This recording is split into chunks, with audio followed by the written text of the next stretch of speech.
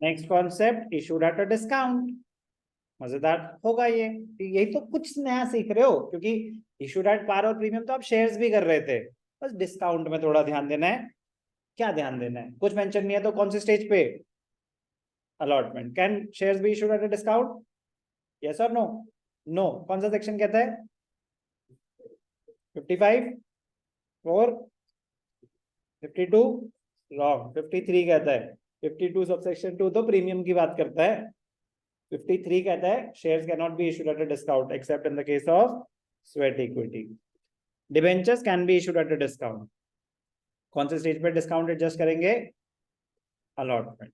और जो ये लॉस हुआ इसकी वजह से, वो लॉस कहां से राइट ऑफ होगा? सिक्योरिटीज प्रीमियम और स्टेटमेंट ऑफ पीएनएल यूज कर सकते हैं लॉस राइट ऑफ करने में, कैपिटल रिजर्व यूज नहीं कर सकते। पहले कर सकते थे, अब नहीं कर सकते। चलो वो आगे बात हो जाएगी, ठीक है ना। राइटिंग ऑफ तो एक अलग कॉन्सेप्ट है ना, हम उसकी बात तब करेंगे। अभी बस मुझे ये पता है कि discount on issue of debentures, अगर मैं डिवेंचर्स डिस्काउंट पे इशू कर रहा हूँ, प्रॉफिट है या लॉस है? लॉस। डिबेंचर्स इशू हो रहे हैं डिस्काउंट पे, मतलब 100 रुपए की चीज मैं आपको 90 में दे रहा हूँ, आप मुझे 90 रुपीज दे रहे हो, मैं आपको 100 रुपए की चीज दे रहा हूँ, तो debentures issued at discount company के लिए लॉस है। सर कंपनी नहीं बोला था आपने, कंपनी के पॉइंट ऑफ व्यू से हो रही है अकाउंटिंग, कंपनी के लिए लॉस है, यस और नो? वो लॉस रेवेन्यू लॉस है या कैपिटल लॉस है? करेक्ट, कैपिटल लॉस है। ध्यान से देखेंगे, कैपिटल लॉस है। रेवेन्यू लॉस होता है बिजनेस से रिलेटेड खर्चा, ये बिजनेस रूटीन ट्रांजैक्शन नहीं है, it is a capital loss. तो कैपिटल लॉस राइट ऑफ कहां से होगा, वो राइटिंग ऑफ बताएगा, बट बता दिया उन्होंने सिक्योरिटीज प्रीमियम और स्टेटमेंट ऑफ पीएनएल। अगर पहला फर्स्ट प्रेफरेंस सिक्योरिटीज प्रीमियम कि उसमें बैलेंस है तो पहले वो यूज करो, ठीक है ना। और नहीं है तो statement of profit and loss. और डिस्काउंट अगर कुछ मेंशन नहीं है तो कौन से स्टेज पे एडजस्ट होगा? अलॉटमेंट। चलो जी क्वेश्चन करें। 300 on application, balance on allotment, अब आएगा मजा। Nitro limited issued 20,000 9% debentures of ₹100 each, issued at a discount of 4%. On 1st April 2022, payable 300 on application and the balance on allotment. तो चलो, debentures are redeemable after 5 years हो या 50 years हो, उससे मुझे कोई लेना देना नहीं है। एंट्री पास हो रही है इशू की। अब ये बताएं कि एप्लीकेशन पे कितने पैसे? आप बोले मिस्टर लोगानी। और अलॉटमेंट पे 1000 के डिबेंचर्स हैं। कोई बोलेगा नहीं बीच में, जल्दी बोलो।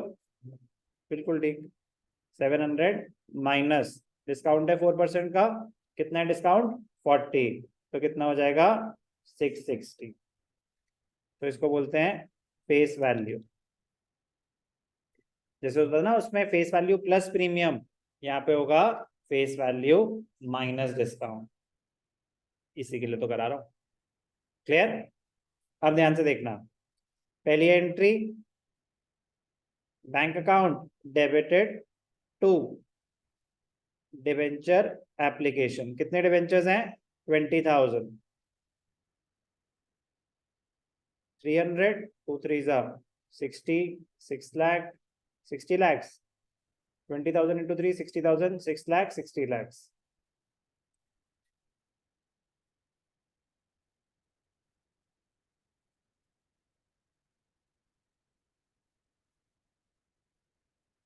डिवेंचर एप्लीकेशन 2 क्या है ये? 9% डिवेंचर्स, कितना? 60 lakhs।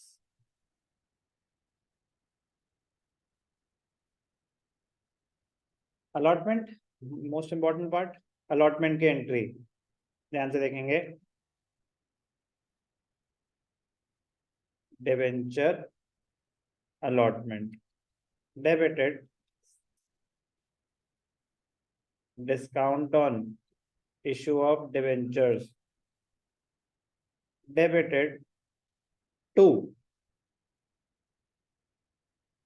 डिवेंचर्स। डिवेंचर रिडेम्पशन के बारे में कुछ मेंशन नहीं है, तो रिडीमेबल एट पार है। 700 इज द फेस वैल्यू। कितने डिवेंचर्स हैं? 20,000। 700 1,40,00,000। अब इसमें क्या हो रहा है 660, कितना 440 रुपीज का डिस्काउंट है ना।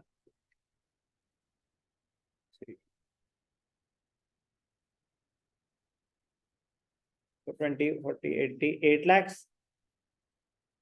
1 crore 32 lakhs। क्लियर, खत्म, कोई एरियर नहीं है। तो bank account debited to debenture allotment, कितने पैसे मिले 1 crore 32 lakhs। ओके, कोई भी डाउट।